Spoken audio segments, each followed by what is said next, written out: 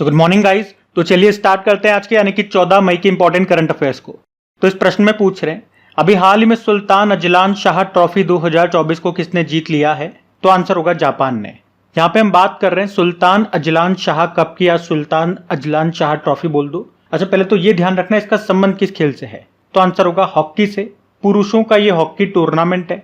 2024 में इसका 30वां संस्करण हुआ। कहां पे हुआ? मलेशिया के इपोह शहर में अजलान शाह स्टेडियम है वहां पे, और हर बार वहीं पे होता है। और अभी इसको जीत लिया है जापान ने। पहली बार जापान ने इस टूर्नामेंट को जीता है। और किसे हराया? पाकिस्तान को हराया है। तो अजलान शाह कप ये एशिया में एक प्रतिष्ठित हॉकी टूर्नामेंट है। तो ये पॉइंट्स आप ध्यान में रखना। मैं आपको बता दूं, वैसे भारत इस टूर्नामेंट को 5 बार जीत चुका है। कब कब? 1985, 1991, 1995, 2009 और 2010 में। इस बार भारत ने इसमें पार्टिसिपेट नहीं किया था, ये भी मैं आपको बता दूं। और हॉकी में अगर रैंकिंग की हम बात करते हैं तो वर्तमान में भारतीय पुरुष हॉकी टीम ये वर्ल्ड लेवल पे जो रैंकिंग है उसमें 6वें स्थान पे आती है। भारतीय पुरुष हॉकी टीम की मैं बात कर रहा हूं। टॉप पे नीदरलैंड की टीम आती है। तो इस क्वेश्चन को इंपॉर्टेंट मार्क करना। सारे जो भी इंपॉर्टेंट फैक्ट्स होते हैं वो मैंने आपको यहाँ पे बता दिए 1 to 1। अब क्वेश्चन को बहुत ध्यान से सुनना, ये क्वेश्चन और ज्यादा इंपॉर्टेंट हो जाएगा। अभी तक 2024 में जनवरी से लेकर अभी तक जो भी इंपॉर्टेंट टूर्नामेंट हुए हैं स्पोर्ट्स में वो सारे आपको यहाँ पे करवाने वाला हूं मैं। मतलब 2024 की सारी इंपॉर्टेंट स्पोर्ट्स न्यूज आपको यहाँ पे मिलेंगी। तो चलो शुरू करते हैं। अभी जैसे कि आपको पता है 36वां ला लीगा खिताब किसने जीता था? रियल मैड्रिड ने जीता था। ये फुटबॉल का टूर्नामेंट है। उसके अलावा अभी AFC अंडर-23 एशियन कप का आयोजन हुआ था। इसका संबंध फुटबॉल से है। इसको जापान ने जीता था, उज्बेकिस्तान को हराया था।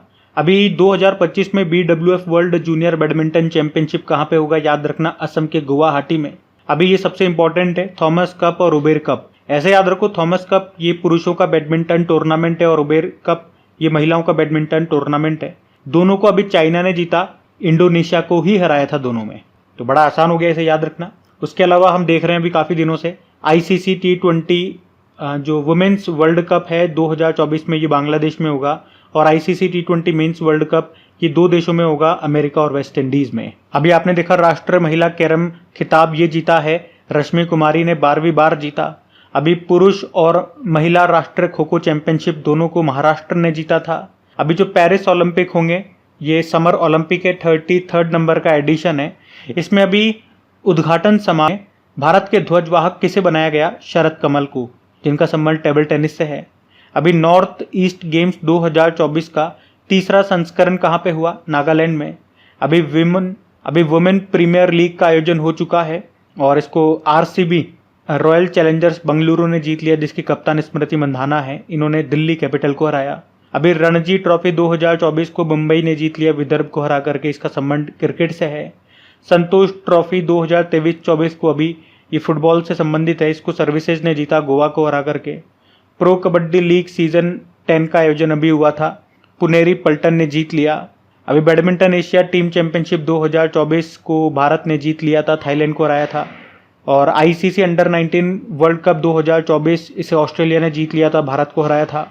बाकी South Asian Football Federation women's under nineteen championship, इसमें भारत और बांग्लादेश दोनों को विजेता घोषित किया गया। अभी पहले बीच गेम्स 2024 ये दीव में हुए थे। दीव में जो घोगला बीच है वहां पे हुए थे, इसको मध्य प्रदेश। उसके अलावा अभी जो पहले खेलो इंडिया पैरा गेम्स हुए थे, नई दिल्ली में हुए थे, उसका शुभंकर मैस्कोट उज्ज्वला था, उसमें टॉप पे हरियाणा रहा। खेलो इंडिया यूथ गेम्स का भी 6वां संस्करण हुआ था तमिलनाडु में, उसका शुभंकर वीर मंगाई था और टॉप पे महाराष्ट्र रहा। खेलो इंडिया विंटर गेम्स का भी 4था संस्करण हुआ था लद्दाख और जम्मू कश्मीर में, उसका शुभंकर शी या शान है और उसमें सर्विसेज की सेना टॉप पे रही। और खेलो इंडिया यूनिवर्सिटी गेम्स का भी 4था संस्करण हुआ था असम में, उसका शुभंकर था अष्टलक्ष्मी और उसमें टॉप पे रहा था चंडीगढ़ यूनिवर्सिटी। तो आप देखेंगे इस प्रश्न में जनवरी से लेकर अभी तक जितने भी इंपॉर्टेंट स्पोर्ट्स इवेंट हुए हैं वो मैंने आपको सारे रिवाइज करवा दिए हैं, तो इनको ध्यान में रखना। अगला प्रश्न देखते हैं। फिर आपसे पूछ रहे हैं अभी हाल ही में अंतर्राष्ट्रीय नर्स दिवस कब मनाया गया? तो आंसर होगा 12 मई को। तो हर साल 12 मई को इंटरनेशनल नर्स डे के रूप में मनाया जाता है। अच्छा, 12 मई को ही क्यों मनाते हैं? क्योंकि फ्लोरेंस नाइटिंगेल का जन्म हुआ था 12 मई 1820 में। तो उन्हीं के सम्मान में 12 मई को ये दिन मनाया जाता है। उन्हें मॉडर्न नर्सिंग का जनक कहा जाता है। वे एक ब्रिटिश नर्स और समाज सुधारक थी। उन्होंने क्रीमिया युद्ध हुआ था उस दौरान घायल सैनिकों की लैंप लेकर के रात रात भर इलाज किया था, इसलिए उन्हें लेडी विद लैंप भी कहा जाता है। पहली बार इस दिवस को 1974 में मनाया गया था। तो बात करें इस बार की थीम क्या है, हमारी नर्सें हमारा भविष्य, देखभाल की आर्थिक शक्ति, यानी कि our nurses our future, the economic power of care. अच्छा चलो देखते हैं अभी तक मई में हम कौन कौन से दिवस मना चुके हैं। तो 1 मई को अंतर्राष्ट्रीय श्रमिक दिवस मनाया, महाराष्ट्र और गुजरात का स्थापना दिवस भी है। विश्व ट्यूना दिवस 2 मई को, 3 मई को विश्व प्रेस स्वतंत्रता दिवस और अंतर्राष्ट्रीय तेंदुआ दिवस, 4 मई को कोयला खनिक दिवस, 4 मई को अंतर्राष्ट्रीय अग्निशामक दिवस यानी कि फायर फाइटर्स डे, 5 मई को विश्व हाथ स्वच्छता दिवस, वर्ल्ड हैंड हाइजीन डे, 7 मई को विश्व अस्थमा दिवस और वर्ल्ड एथलेटिक्स डे भी मनाया, 8 मई को वर्ल्ड रेड क्रॉस डे और वर्ल्ड थैलेसीमिया डे मनाया, और अभी 11 मई को वर्ल्ड माइग्रेटरी बर्ड डे के रूप में मनाया था। उसके अलावा 11 मई को ही राष्ट्रीय प्रौद्योगिकी दिवस टेक्नोलॉजी डे के रूप में भी हमने मनाया। तो ये अभी तक मई के इंपॉर्टेंट डेज, इनको ध्यान में रखना। हम अगला प्रश्न देखते हैं। और हाँ, अगर आप में से कोई वीडियो को पहली बार देख रहे हैं तो आपको बता दूं, ये जो भी प्रश्न हम पढ़ रहे हैं तो इस वीडियो को देखने के बाद इनकी आप प्रैक्टिस जरूर कीजिएगा। प्रैक्टिस करने के लिए इनका टेस्ट बना करके एमसीक्यू फॉर्मेट में अपलोड किया जाता है क्रिक एग्जाम एप्लीकेशन पे। वहीं पे ये पैनल वाली पीडीएफ भी आपको मिल जाएगी, मतलब जो भी रिटर्न फॉर्म में मैं यहाँ पे दे रहा हूँ सेम वो की वो पीडीएफ आपको मिल जाएगी, वो भी बिल्कुल फ्री में, कोई चार्जेस नहीं है। और कहाँ पे मिलेंगी ये सब चीजें, क्रिक एग्जाम एप्लीकेशन पे। अपनी नई वाली एप्लीकेशन आई है जिसका ग्रीन वाला लोगो है, तो लिंक डिस्क्रिप्शन में है, वहां से आप जाइएगा तो डायरेक्ट उस एप्लीकेशन पे पहुंच जाएंगे।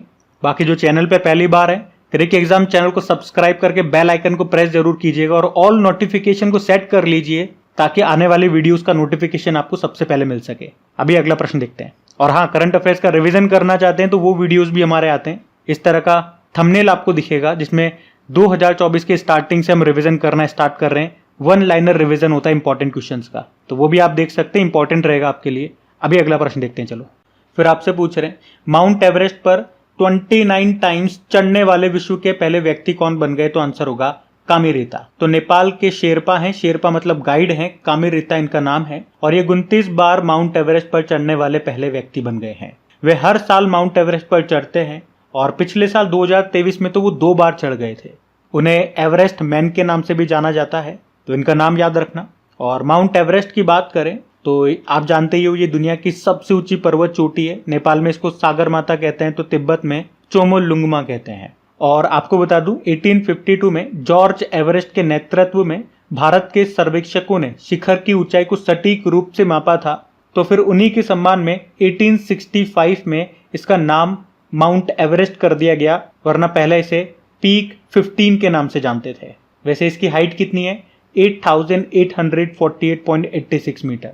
कुछ और इंपॉर्टेंट फैक्ट्स मैं आपको बताऊं यहां से संबंधित, तो 29 मई 1953 को न्यूजीलैंड के सर एडमंड हिलेरी ये माउंट एवरेस्ट पर चढ़ने वाले पहले व्यक्ति थे, और उनके साथ जो नेपाली भारतीय शेरपा थे उनका नाम था तेंजिंग नोर्गे।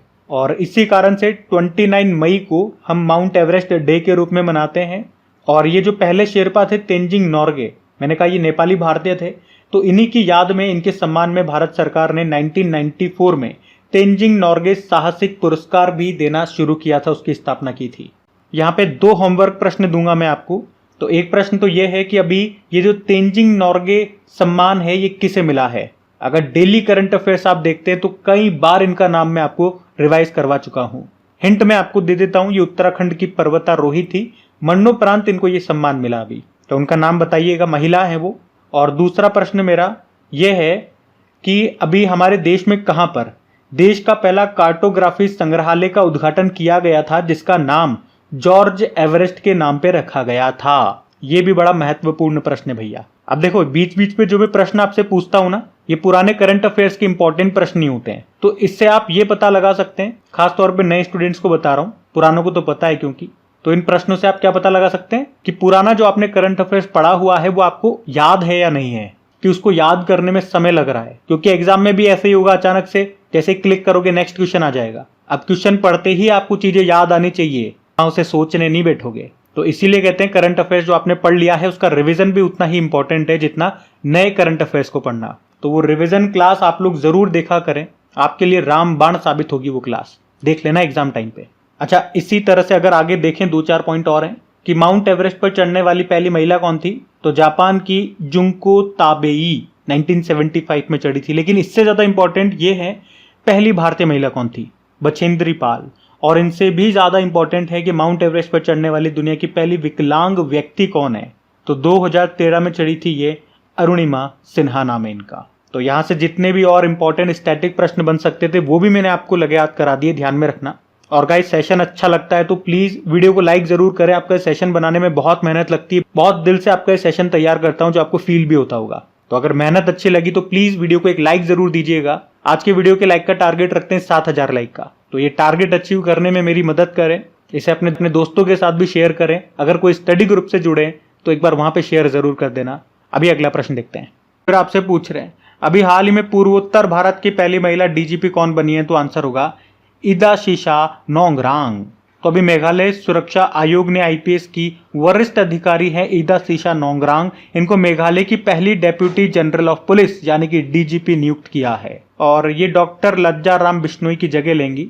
और आप कह सकते हो ये मेघालय नहीं, पूर्वोत्तर की पहली महिला डीजीपी बनी है। तो नाम इंपॉर्टेंट है। और मैं आपको ये भी बता दूं कि वे खासी जनजाति से ताल्लुक रखती है। और मैं आपको बता दूं कि मेघालय में मुख्य रूप से 3 प्रमुख आदिवासी समुदाय आपको मिलेंगे, खासो, गारो और जैंतिया। और आप जानते हैं उनके नाम पे यहाँ पे पहाड़ियां भी हैं। अच्छा, इसी तरह से एक और प्रश्न आपको याद आएगा कि अभी महाराष्ट्र की पहली महिला डीजीपी कौन बनी थी?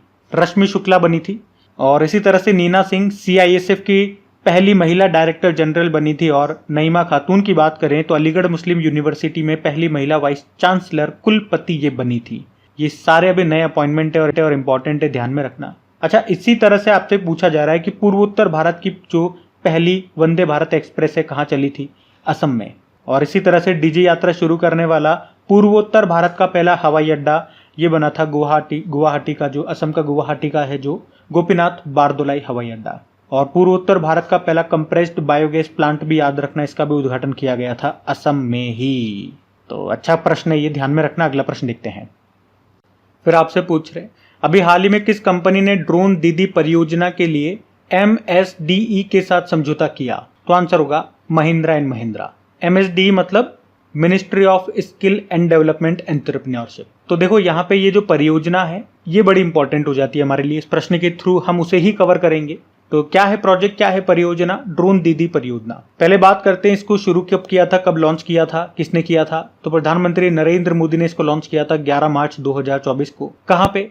तो भारतीय कृषि अनुसंधान संस्थान पूसा नई दिल्ली में। किस कार्यक्रम के तहत? सशक्त नारी विकसित भारत कार्यक्रम के तहत इसको लॉन्च किया गया था, जिसका उद्देश्य क्या है?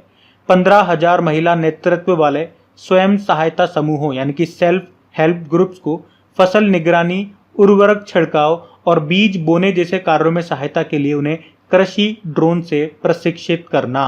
और अभी इसी मुहिम को आगे बढ़ाते हुए केंद्रीय कौशल विकास और उद्यमिता मंत्रालय ने यानी कि skill and development entrepreneurship ministry ने 2 प्रशिक्षण केंद्र, 2 ट्रेनिंग सेंटर खोले हैं। कहाँ पे? नोएडा और हैदराबाद में। और उन्हीं के लिए अभी महिंद्रा एंड महिंद्रा के साथ समझौता किया गया है। तो बात समझ में आ रही है?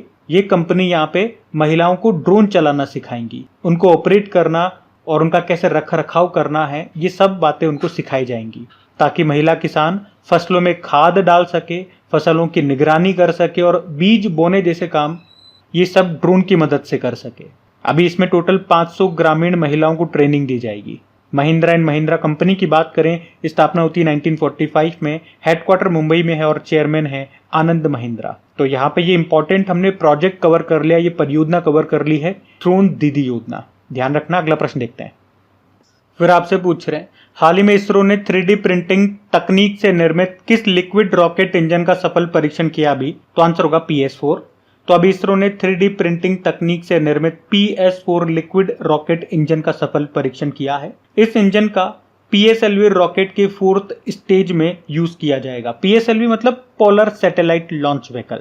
और इस 3D इंजन को बनाने का फायदा क्या है या इसे इस्तेमाल करने का फायदा क्या है?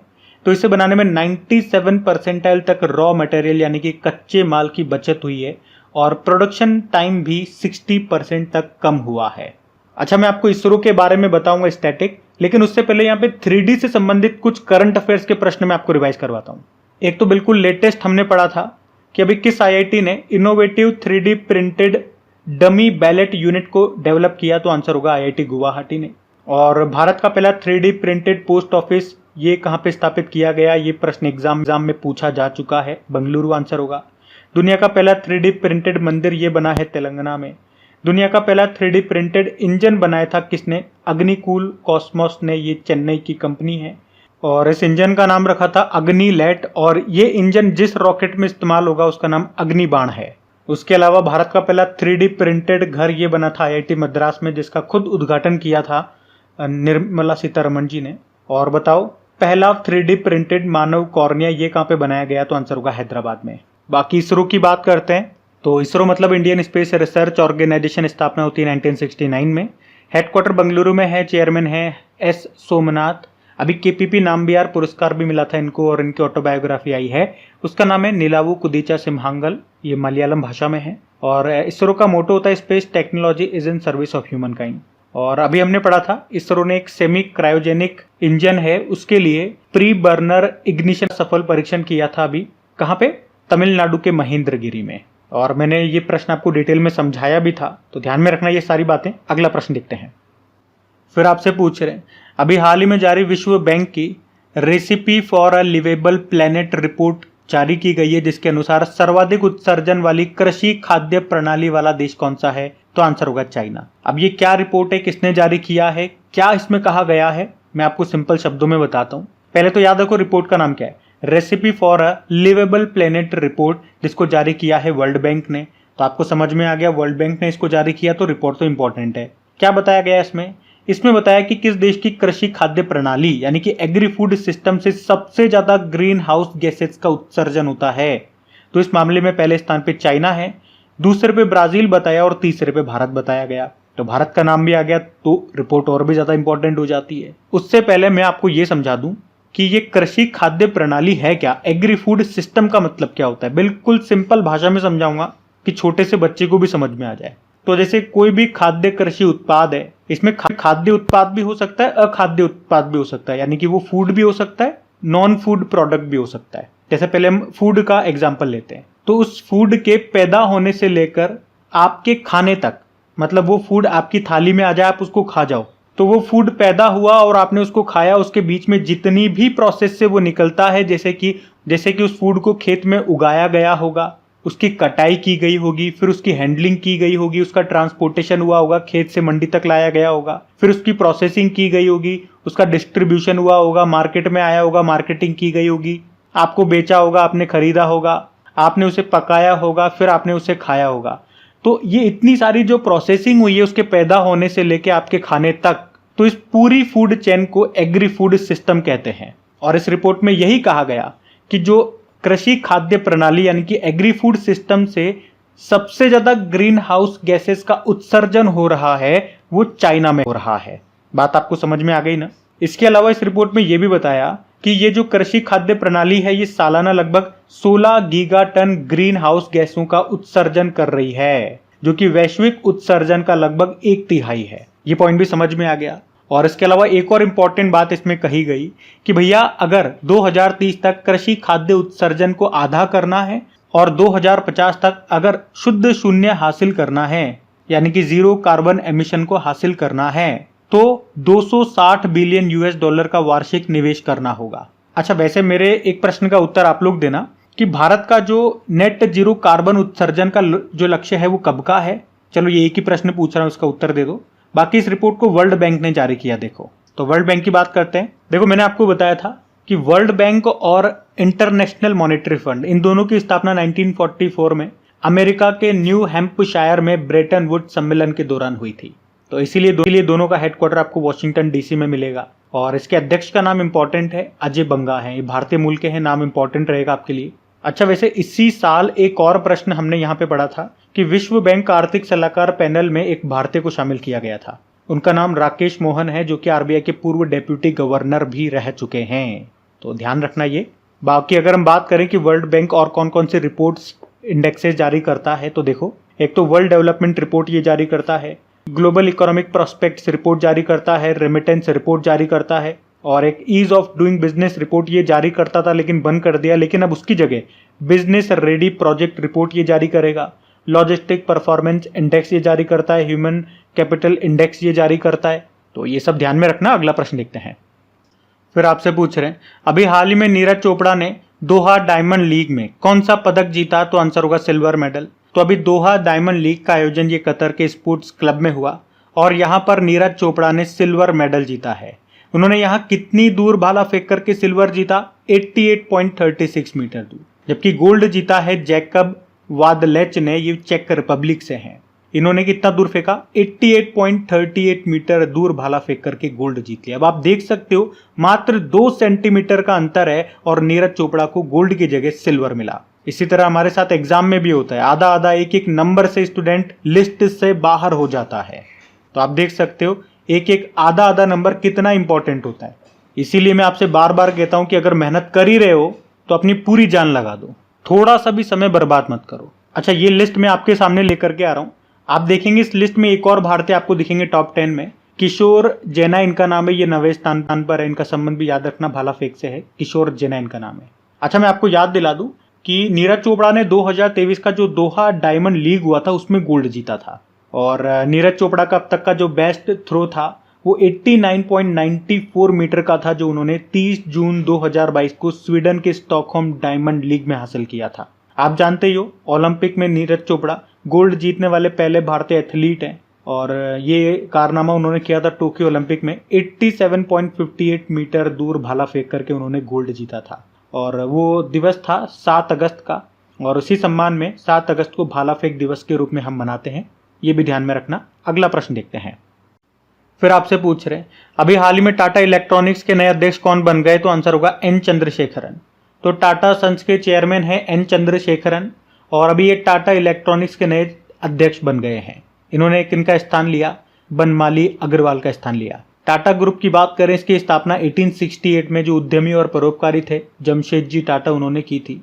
और मैं आपको ये भी बता दूं टाटा इलेक्ट्रॉनिक्स से कि 2020 में इसको स्थापित किया गया था टाटा इलेक्ट्रॉनिक्स को और एप्पल के लिए आईफोन एनक्लोजर असेंबल करने वाली ये इकलौती भारतीय कंपनी भी है, जिसके अभी अध्यक्ष बन गए एन चंद्रशेखरन।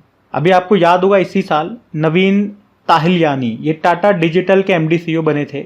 रघुराम अय्यर की बात करें तो भारतीय ओलंपिक संघ के सीईओ बने, जबकि भारतीय ओलंपिक संघ की पहली महिला अध्यक्ष कौन है? पीटी उषा है। और अनीश शाह ये फिक्की के अध्यक्ष बने थे। तो ध्यान रखना ये। अगला प्रश्न देखते हैं। फिर आपसे पूछ रहे हैं, अभी हाल ही में भारत की आदिवासी कला परंपराओं को प्रदर्शित करने वाली स्वदेश नामक प्रदर्शनी एग्जीबिशन का आयोजन ये कहाँ पे किया गया? तो आंसर होगा दुबई में। तो अभी भारत की लोक कला और जनजातीय परंपराओं को दर्शाने वाली ये प्रदर्शनी है, मतलब एक तरह का एग्जीबिशन है। इसका नाम है स्वदेश। इसका आयोजन अभी दुबई में किया गया। यहाँ पे हमारे देश की कई क्षेत्रों की अल्पज्ञात कला स्वरूपों का प्रदर्शन किया गया, लोगों को उससे परिचित कराया गया। जैसे कि मंजुला कला, इसका संबंध बिहार से है। गोंड पेंटिंग, इसका संबंध ये मध्य प्रदेश की है। मिथिला पेंटिंग की बात करें बिहार की है। वर्ली पेंटिंग महाराष्ट्र की है। इस तरह से कई सारी हमारे आदिवासी कला परंपराओं की जो प्रदर्शनी है उसका प्रदर्शन यहाँ पे किया गया। बाकी यूनाइटेड अरब अमीरात की बात करें, इसका कैपिटल होता है अबू धाबी, करेंसी है दिरहम। और आपको याद है 2023 में कोप 28 का आयोजन यहीं पे हुआ था। और अभी हमने पढ़ा था पहले गल्फ यूथ गेम्स का आयोजन ये भी अभी यूनाइटेड अरब अमीरात में हुआ था 2024 में, जिसका मैस्कॉट था फाल्कन इन स्पेस सूट, यानी कि अंतरिक्ष सूट में बाज। और ये हो चुका है टूर्नामेंट और इसमें पहले स्थान पे भी यूनाइटेड अरब अमीरात रहा था। ये भी ध्यान में रखना। तो गाइज ये था आज का आपका करंट अफेयर्स का सेशन और कमेंट करके जरूर बताइएगा सेशन आपको कैसा लगा। अगर आप वीडियो को पहली बार देख रहे हैं, क्रिक एग्जाम चैनल पे पहली बार करंट अफेयर्स देख रहे हैं, तो अपना एक्सपीरियंस जरूर शेयर कीजिएगा कि आपको सेशन कैसा लगा। बाकी क्विज और पीडीएफ के बारे में मैंने आपको बता ही दिया और सेशन एंड हो चुका है। तो वीडियो को अभी तक आपने लाइक नहीं किया तो लाइक जरूर कर देना दोस्त, और अपने दोस्तों के साथ में शेयर जरूर कर देना। आपकी इतनी सी हेल्प से, इतने से सपोर्ट से मेरे दिन भर की थकान उतर जाएगी। जो मेहनत ये कंटेंट तैयार करने में लगती है वो सफल हो जाएगी। बाकी चलो अभी कल के करंट अफेयर्स का मैं आपको क्विक रिवीजन करा दूं, फिर सेशन एंड करते हैं। तो यहाँ पे हम 13 मई के इंपॉर्टेंट करंट अफेयर्स का क्विक रिवीजन करेंगे। तो पहला प्रश्न पूछा था अभी एआई के लिए ISO 42001 2023 सर्टिफिकेट पाने वाली दुनिया की पहली आईटी कंपनी बन गई इन्फोसिस। फिर पूछा इफ्को के नए अध्यक्ष बन गए कौन? दिलीप संघानी। फिर पूछा अभी नेशनल टेक्नोलॉजी डे मनाया 11 मई को। फिर पूछ रहे राष्ट्र महिला हॉकी लीग 2024-25 के पहले चरण का विजेता रहा कौन? हरियाणा, ये रांची में हुआ था। भारत में चीन के राजदूत बन गए जू फयोंग। और उर्दू साहित्यकार हैं सलाम बिन रज्जाक, इनका निधन हो गया। उन्हें किस वर्ष साहित्य अकादमी पुरस्कार मिला था? 2004 में। कृषि कल्प ने किसान उत्पादक संगठनों के लिए भारत का पहला त्वरक कार्यक्रम कहाँ पे लॉन्च किया? बेंगलुरु में। राष्ट्रमंडल सचिवालय ने भारत की किस पहल को स्मार्ट सरकार की सर्वोत्तम कार्य प्रणाली के रूप में मान्यता दी? तो सीपी ग्राम्स उसका नाम है। महिलाओं के खिलाफ हिंसा से निपटने के लिए पहला कानून किसने पारित किया? यूरोपियन यूनियन ने। और आखिरी प्रश्न पूछा, आरबीआई के एग्जीक्यूटिव डायरेक्टर बन गए कौन? आर लक्ष्मीकांत राव। तो चलो अभी कल का होमवर्क प्रश्न देखते हैं और सेशन एंड करते हैं। तो कल की वीडियो में आपसे पूछा था अभी विश्व क्षय रोग दिवस, वर्ल्ड ट्यूबरक्लोसिस डे मनाया आपने कब? 24 मार्च को। आप सभी ने प्रश्न का बिल्कुल सही उत्तर दिया। अब ये आज का आपका होमवर्क प्रश्न।